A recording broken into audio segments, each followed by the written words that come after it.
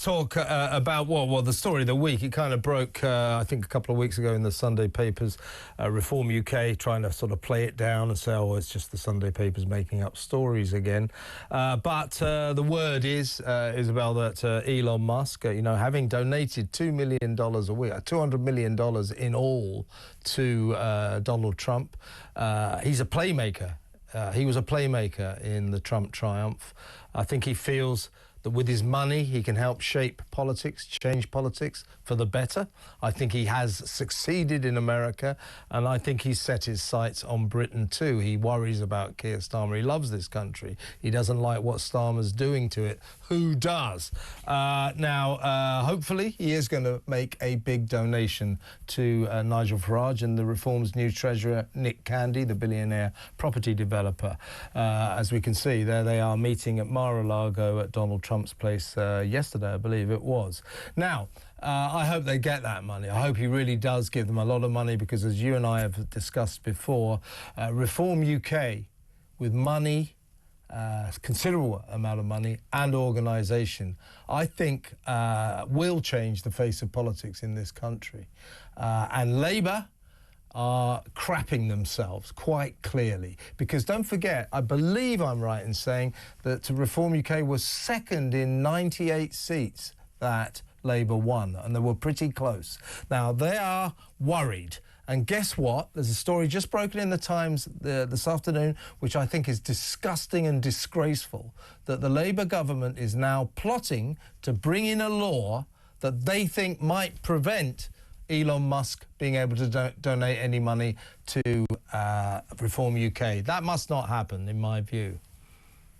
Well, I think that will be very difficult for Labour, and very obviously an initiative that is born out of panic. After all, Labour, like the Tories and like the Lib Dems, has itself benefited over the years from very substantial donations from individuals, billionaires and so on, who are based overseas. I'm just looking at a list here and a couple of examples. Lakshmi Mittal, Britain's second richest man, a steel tycoon, gave more than $5 million to Labour up to April 2010. He was domiciled abroad for tax purposes. Then there was Lord Noon, the Curry King, Bombay-born businessman. He gave $1 million to Labour. He was a non-dom as well. There was an Egyptian-born businessman, Sir Ronald Cohen, who gave $2.55 million, and so on and so forth. The Lib Dems have also benefited, and there's a long list of similar who have donated to the Conservatives. So this is pretty desperate stuff, isn't it? Nonetheless, there'd be nothing to stop Elon Musk, if he wanted to, crack on with it before any such new law comes into force. And there's no limits on spending outside election periods. I mean, there are quite strict rules around what you can and can't do during campaigns, but, a party is free to lavish as much as it wants on campaigning and building infrastructure and building a party machine. Everything has to be declared. There are very, very clear rules around all of that.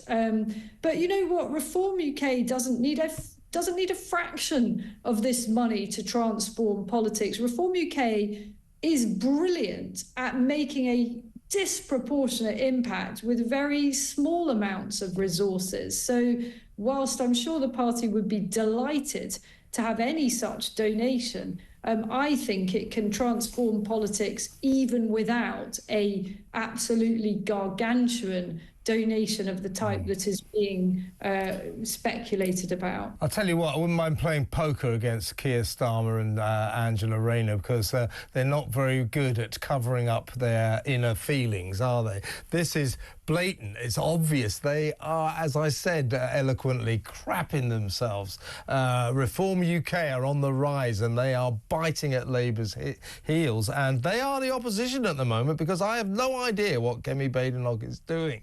apart from being very quiet and not being very good at opposition. Just before we move on, Isabel, just a quick word, I don't want to overdwell on it, but the House of Lords, if you remember, another one of Keir Starmer's bold election pledges. I will abolish that House of Privilege. I will abolish the House of Lords. He's all set to appoint 30 new Labour Lords, one of whom, I guess she won't be a Lord, she'll be a Baroness or whatever you call them, will be that ludicrous woman Sue Gray, who keeps getting promoted upwards despite disgraceful failure at everything she does. But, you know, I just feel, this is my view, here's a way to make politics less disgusting to look at for the public.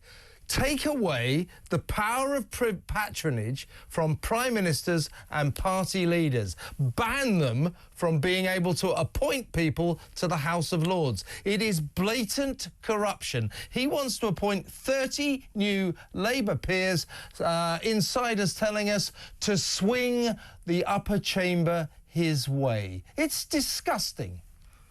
It is so grotesque. I absolutely hate it. The system is so systematically abused. I mean, I actually like the concept of an upper chamber of brilliant people with special expertise in different areas, you know, very different type of qualification, perhaps, to becoming a member of the House of Lords than you have for being an MP. I think that can add a lot, you know, people who are quite manifestly exceptional in whatever their area it may be, whether it's in medicine or science or, you know, town planning, whatever it may be. Unfortunately, the Lords is just stuffed full of cronies. There are some brilliant experts, but unfortunately, there are an awful lot of political placement, people who've been rewarded for total mediocrity.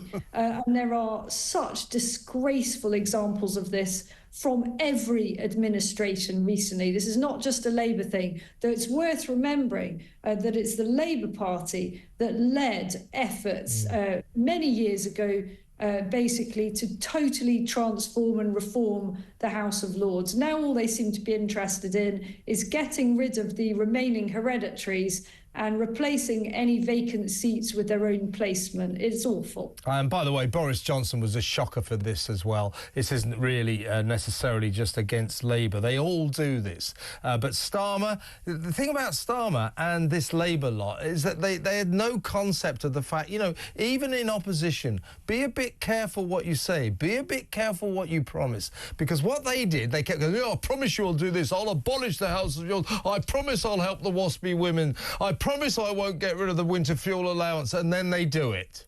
And people have long memories, and that's why Starmer is by far and away the least popular Prime Minister we've ever had. 61% of people in a recent poll this week, a couple of days ago in the Daily Mail, said they can't stand this guy. They think he's the worst Prime Minister this country has ever had. Luckily, we don't have to put up with him very often because he's always abroad, never here. He's been in... Nobody needs to go to Norway and Estonia, least of all our Prime Minister. What is he doing? He's back now, so stand by for more trouble, no doubt. When we come back, Isabel, we're going to talk about policing those riots. I'm going to put something to you that I find kind of interesting. I think you might too. So that next, stay where you are.